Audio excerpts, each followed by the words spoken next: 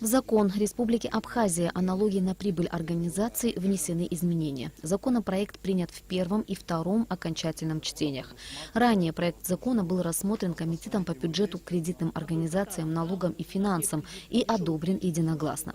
Данная поправка направлена на привлечение дополнительных финансовых средств в нашу страну и будет иметь положительный экономический эффект. Поправка призвана решить вопрос применения налога на прибыль по доходам от кредитов, предоставленных абхазским предпринимателям иностранными банками. Это на самом деле очень преференциальный, я считаю, законопроект, потому что есть возможность получить кредитные ресурсы по процентной ставке, меньше процентной ставки рефинансирования. Все, что будет ниже процентной ставки рефинансирования, не будет облагаться налогом, а все, что свыше, по разнице, будет облагаться в размере 15%.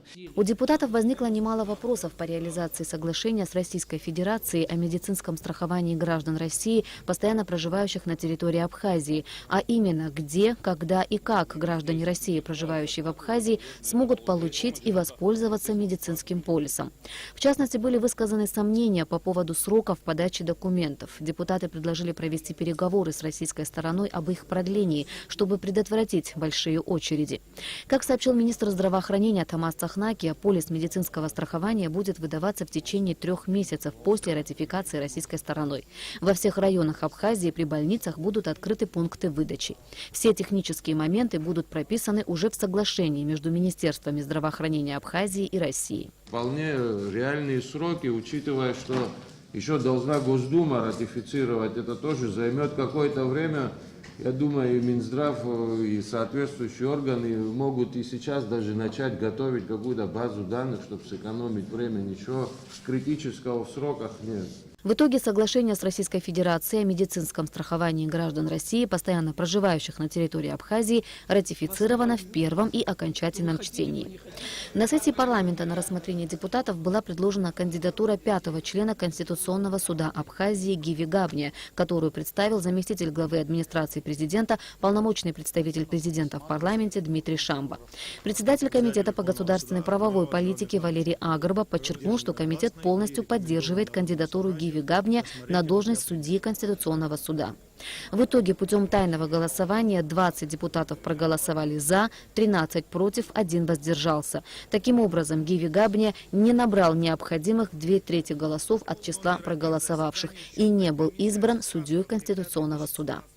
Путем тайного голосования народные избранники избрали Екатерину Онищенко судьей Верховного суда Абхазии, а Зурабу Агума судьей арбитражного суда. По решению депутатов парламента Абхазии Зурабу Агума также был присвоен высший квалификационный класс. Депутаты выразили несогласие с решением уполномоченного по правам человека Дмитрия Маршан о сложении своих обязанностей, но в итоге в результате тайного голосования 19 за и 12 против депутаты освободили от должности уполномоченного по правам человека.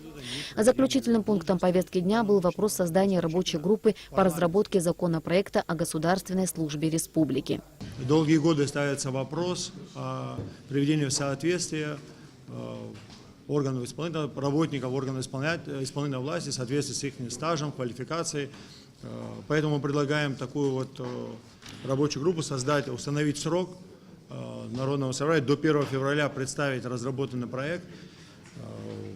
Список для участников рабочей группы открыт. Кто изъявит желание поработать в ней, пожалуйста, мы можем утвердить. В итоге было принято решение представить парламенту законопроект о государственной службе к 1 марта 2018 года.